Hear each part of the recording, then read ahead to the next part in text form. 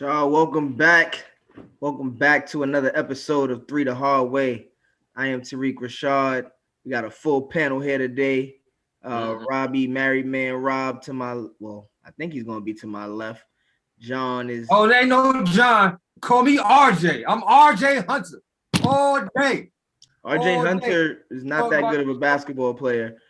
He's actually in the league, but he might not even be in the league anymore. I don't know if RJ playing for somebody. But okay, RJ Hunter, you got it. And we got a special guest on. He's no stranger to the show. You knew he'd be here as you see his background, Mr. Philip. Yes, sir. LaFortune. How you wanna introduce yourself today, brother? Philip LaFortune, the missing member. Nah, not the missing member, but I'm just here. Thank you for having me on the show. Using your platform to get a little bit of what I'm doing out. Contention Club website that I've been working on. Three the Hard Way is on there, so you somehow can't make it to YouTube. I'm not sure how you can't do that, but you can. It's the Contention Club. All Three the Hard Way videos up on there. They had their own tab. So thanks for having me. Thank you for being on. We got a great show today. I'm really excited about today's show. A lot of things have finally, hit the head. So we got some NFL talk. We're gonna talk about the Super Bowl, Tom Brady, Patrick Mahomes, and some other NFL conversations leading into all these quarterbacks that looks like on our trade value right now. Got some NBA talk. We're gonna talk about some trades there. Derrick Rose was moved. Some more turmoil in New York, Brooklyn, but we'll get to that. But we just gonna jump right in, man. We're gonna jump right in. So we're gonna start with the NFL. I was definitely rooting for Patrick Mahomes and the Chiefs. I had them win. I had them winning a really tight but explosive game. Did not get to see that. Tom Brady and the Tampa Bay Buccaneers in his first year with the championship. John be acting like he's a fan of these teams, like he picked something. He get down to the bottom game and he can finally talk some smack because he finally made a correct pick. Man, you had the Giants making the playoffs. Get out of my face. And we got Phil on the show because he's an actual Brady fan. We got some actual Brady fans hitting my line a lot too. But go ahead, man. Gloat in your glory, if you may. I feel like there's not much gloating left to do. The resume speaks for itself. Tom Brady's the GOAT. I'm sure we'll get into that a little bit later. So just staying on the topic of the Super Bowl, I did predict the Bucs to win 31-27. I got the 31 part right. The 27 didn't quite get there. But I just think this is a testament to Brady's greatness. A lot of people, they're going to point to, multiple things. They'll say the refs had some influence on it.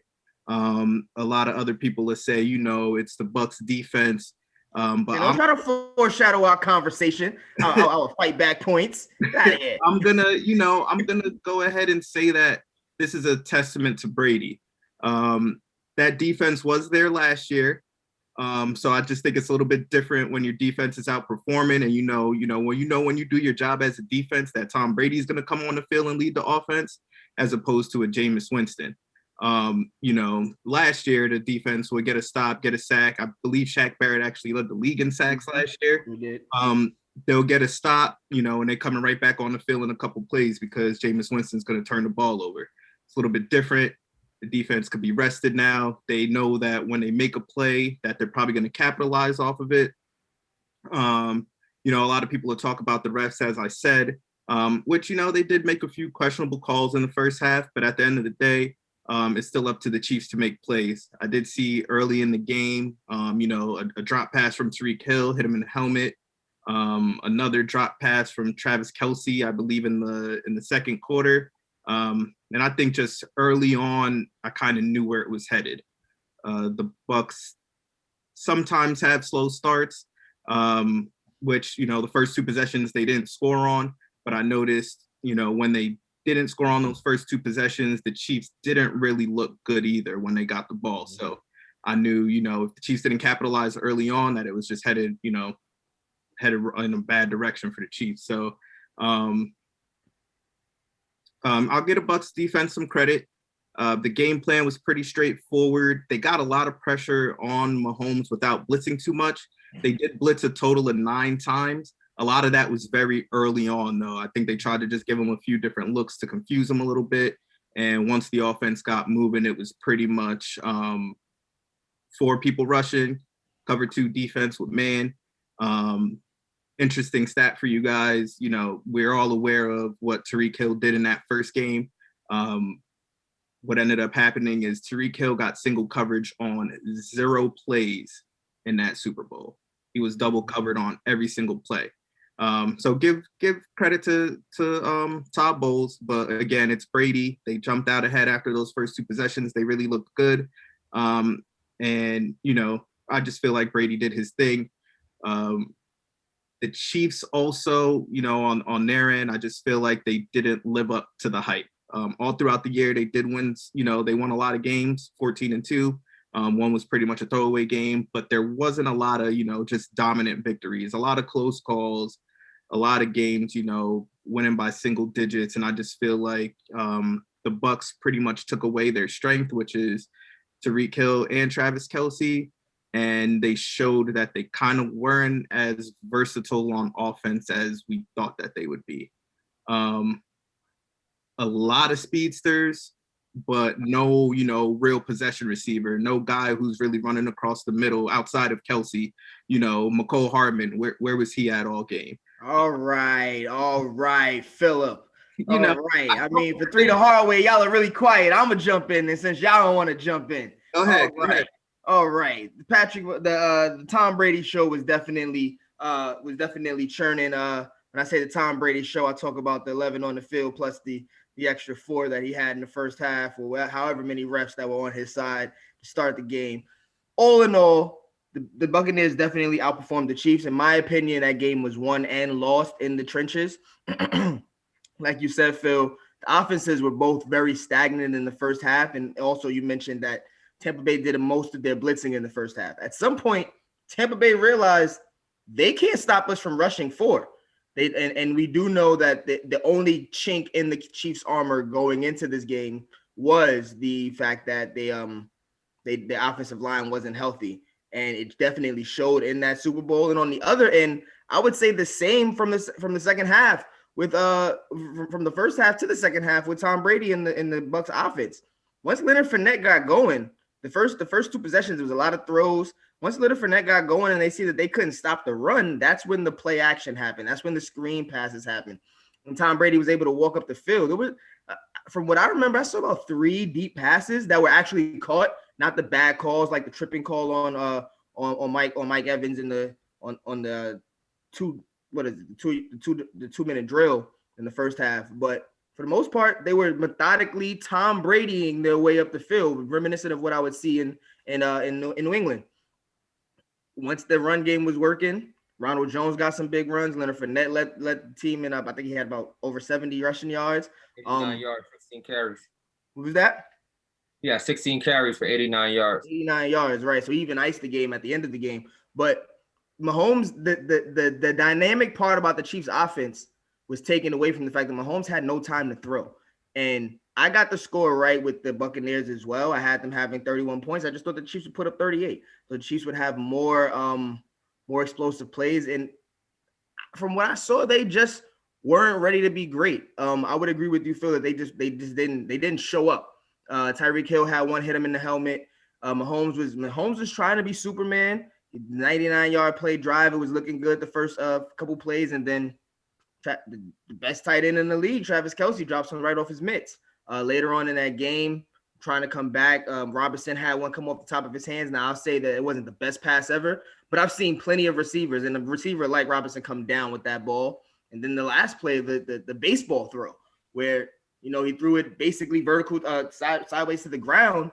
And granted, it did go through the defender's hands, but it hit another guy in the helmet, hit another Chief in the end zone in the helmet. So the rest of the team really didn't come to play. I don't really take too much away from the Chiefs in their season, but Tom Brady definitely bought it, and the Bucks definitely bought it, and they were ready. They bought the boom, and that's why they won that game. And the boom to me was in the trenches. Definitely agree with you, Ty. There's nothing to take away from. I don't think it's more or less dudes were just dropping passes, bro. I think that the defense was just really, really, really on it. I think Devin White was an X factor in that game. Him matching up with Travis Kelce made Travis Kelce have a different type of coverage than he's seen. Devin White is one of the best. Shout out to LaFortune. He matched up there too a lot. My breakout player this year. And Lavonte Davis, those two linebackers made a huge difference. They were really the X factors outside of the defensive line. So with that being said, yes, Mahomes, he had the worst game of his career. A part of that, like you said, is because the offensive line was hurt. Both Eric Fisher and Michael Schwartz were out that game, and Mahomes was literally running for his life. 20 out of the 56 dropbacks, he had 29 pressures. That's the most in NFL history. With that being said, bro, you got to give credit to that front line. They were hungry. Shaq Barrett, JPP, that's my guy, former Giant, Ndamukong Suh. Those guys were on his neck all night, bro. And that Todd Bowles had a great defensive plan. I think that them losing the first game, and Ty was like, well, Tyreek Hill had 300 yards, 200-something yards in the first quarter last game. They had that fresh in their mind, and they had that as ammunition. As my man, like Phil said, he was double covered the whole game. They changed the whole game plan, bro. And I feel like, Andy Reid, I don't think he got out coached. I think that he out coached himself. I think that, Rob will touch on this later, that he made a lot of super overly smart coaching plays. And I think that they should have ran the ball more. I think that Clyde Edwards-Helaire was doing well on the ground. They went to him later on, and that started moving the ball, but they should have went to that earlier, and they didn't do that. Well, with that being said, man, another thing for the Chiefs, bro, just don't play the GOAT, bro. They don't play well against Tom Brady, bro. Last time I played them against New England, when they played them in New England, they lost in the playoffs, and they played them in the Super Bowl, and they lost. Okay. I'm just saying, bro. Just Tom Brady. Last time they played the Bucks before, then they beat them. So I said in the playoffs. Okay, John. Playoffs. Tom Brady in the playoffs. There's a Tom Brady effect. They came in with a game plan. They seen the moment. They seen Tom Brady on the other side as a GOAT, man. And some of them dudes just froze, bro. It's just like, I'm not gonna say that, but I'm gassing that. But they were undisciplined on defense, and that's what ultimately cost them the game. They were undisciplined. There was a lot of play calls on third downs when they got offsides, pass interferences, holding calls, things that really changed the momentum in the game early. That cost them the game. Tom Brady conversation before the game start. That 5 o'clock, Tom Brady come out, talk to the refs. Like, now listen now. Oh man! As soon as I ain't gonna do that. I'm the resident Tom Brady hater on this show in my heart, but I'm a chime in and say that number one, the Chiefs didn't give themselves the chance to win.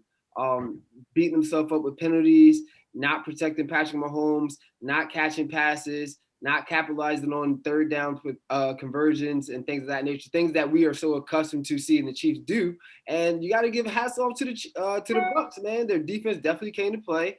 You could see the fierceness in their eyes. And like, just aside from their defense, if you look at their quarterback, Tom Brady, like, he had that look in his eye the entire game. Like, he was not letting up. It was one of those, it reminded me of Kobe when he was like, job not done. Mm-hmm. I'm not done. And the entire game, he had that mindset. Saying all that to say, Bucks is just better than that game, bro. I don't know what else you want me to tell you, bro. They outplayed them. And in games like that, you can't beat yourself. And the Chiefs beat themselves. Granted, there were some questionable calls, Ty, I will give you that. But at the end of the day, man, it's football. You got to learn how to play through it, especially in Championship Sunday. Like, there's no excuses. So, shouts out to the Bucks, man. They definitely proved me wrong all season long. I said they weren't going to make the playoffs, and here we are here. They won the Super Bowl. So, hey, man. I want it to be known one more time that on this show that my Super Bowl picks were the Kansas City Chiefs and the Tampa Bay Buccaneers. Yeah, man. Kansas City winning that game. Kansas City did not win that game. Tom Brady got his seventh championship. Where does that rank? And Phil, I'm asking you this question, the Tom Brady fan here. Where does that rank him all time as an athlete? Not even just football. Football, I think he holds that crown for a while now, at least for a very long time. Where does that rank him as an all-time athlete in your Before you answer this question, Phil, I just want to say that, hey, if you really want to see an in-depth, cool, thought out, thorough breakdown of this, check it out on contentionclub.com, man. He got a great article that he literally just put out. So, Phil, if you want to take the reins from here on out, please do so. Thank you for that, Rob. I'll back up my article with a little bit of verbal banter for you guys, but I'm gonna go out on a limb and say Tom Brady at this point is the greatest athlete of all time. I will repeat that. Tom Brady is the greatest athlete of all time. Period. No. That's a bold statement. Bar none. So let me start with saying, when I say he's the greatest athlete of all time, I'm really talking team sports. So we do have greats in a lot of other areas. We have our Serena Williams, we have Tiger Woods, Federer, we have all those Floyd Mayweather, Muhammad Ali. We have a bunch of great individual athletes. But the thing with individual sports is it's yourself, and you control your own destiny kind of in a way. With team sports, there's a lot of other factors. And for me, what makes Tom Brady the greatest is the narrative. So, throughout the years, 20 years, he's with the quote, best coach of all time. He's a system quarterback. People didn't believe in him. He was drafted later on. And I feel like this season kind of just proved otherwise. In my opinion, the other greatest team athletes, in my opinion, is, that guy sitting behind Ty over there, Jordan, and LeBron. LeBron, I'm not even going to get into. He's going to have all of the career-long accolades over time, but his performance in the finals, being below 500, that kind of eliminates him off rip to me. In terms of Jordan's the best basketball player of all time, but I'm going to say that he's also had Phil Jackson, who I would consider the greatest coach of all time. And people always point to, oh, well, his finals record, 6-0, he never lost, on and so forth. But what happened to all the other seasons? He played about 9 other years. Well, where was he at the other 9 years? So we give him credit for not going as far all those other years, as opposed to making it kind of a knock on him where, Tom Brady goes to the Super Bowl about half of the seasons that he's played in. Jordan hasn't. In a team sport, which some people would look at it as an advantage or a disadvantage, Tom Brady is one man in a sport where you are very specialized. On the basketball court, you can affect all parts of the game. So Jordan was a great scorer. He was a great defender. So, if someone's going off, he could say, okay, I'm going to lock in on him and I'm going to lock him up. You really can't do that in football. And that's why I got Jordan as the number one guy, because I feel like with basketball, you have you have a higher correlation in winning because you have to play both on offense and on defense. But what my counter to that is what happened last year with the Bucks. The Bucks, if you didn't know, the Bucks have the lowest winning percentage going into this year of all teams in American sports. The lowest winning percentage of any franchise in all of American sports. Tom Brady goes there and they win a Super Bowl his first year. Same defense. Yes, they added a nice Antoine Winfield Jr. White was hurt most of last year. Devin White was hurt most of last year. But at the end of the day, he came and in a single year, he took a team. Not only, can I also add, not only did Jameis Winston have a really bad season, he threw 30 interceptions, which was like the highest thrown in a very long. I know it was the highest of the league last year, but 30 interceptions is ridiculous. But go ahead. Tom Brady came in, he played under the same exact system that Jameis played in, and he took care of the ball and he did the job that he needed to do. That is not his fault that the guy before him couldn't do his job the way that he needed to. No, I mean, you say same defense, but I would argue different offense. Tom Brady was bought in. Granted, that's one person. They also bought in Leonard Fournette. They also bought in Antonio Brown. They also bought in Gronk. They brought in guys. Those were the guys that scored. The guys that scored guys that were not here last year. To that. And that's because of the same Tom Brady. That's the irony. That's the irony in that. Tom Brady was able to bring in these guys, Antonio Brown, who was out of the league, came in halfway through the year, wasn't even there all year, had to make him click with the team, learn a new offense, a down the field offense, opposite of what he had all his whole career, no off season. Gronk was supposedly washed up, and he didn't play well most of the year. He came into his own. Now he scores 2 touchdowns in the Super Bowl. The only guys who scored touchdowns were literally the 3 people that he brought in. If you were going to sit here and tell me that the 2 biggest weapons that he had and the reasons why he went to the Bucs in the first place, Godwin and Evans, would have 3 combined catches in the Super Bowl for less than 50 yards, most people would say they would probably lose. Granted, they had 3 combined touches, but they also had Mike Evans himself had 2 pass interferences, one that was 40 yards and one that put them on the 1-yard line. So Mike Evans was extremely huge in that game.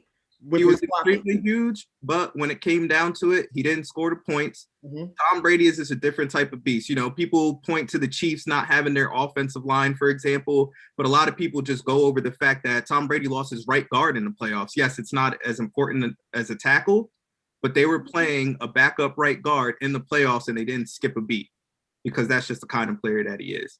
I believe wherever he goes, he just brings success.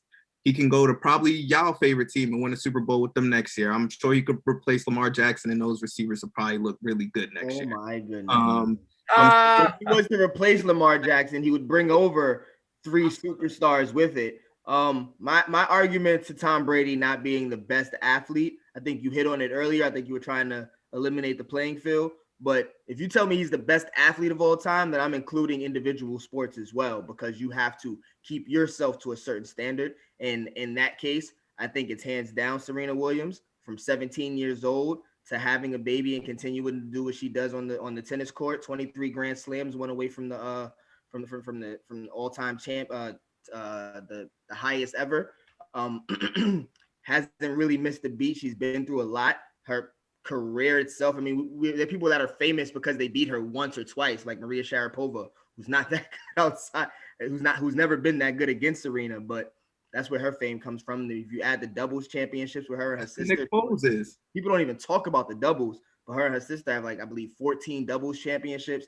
This is just Grand Slams. We're not talking about the other tournaments and things of that nature. Like, Serena Williams is definitely, to me, the greatest athlete, the most dominant athlete of all time, and that's my argument.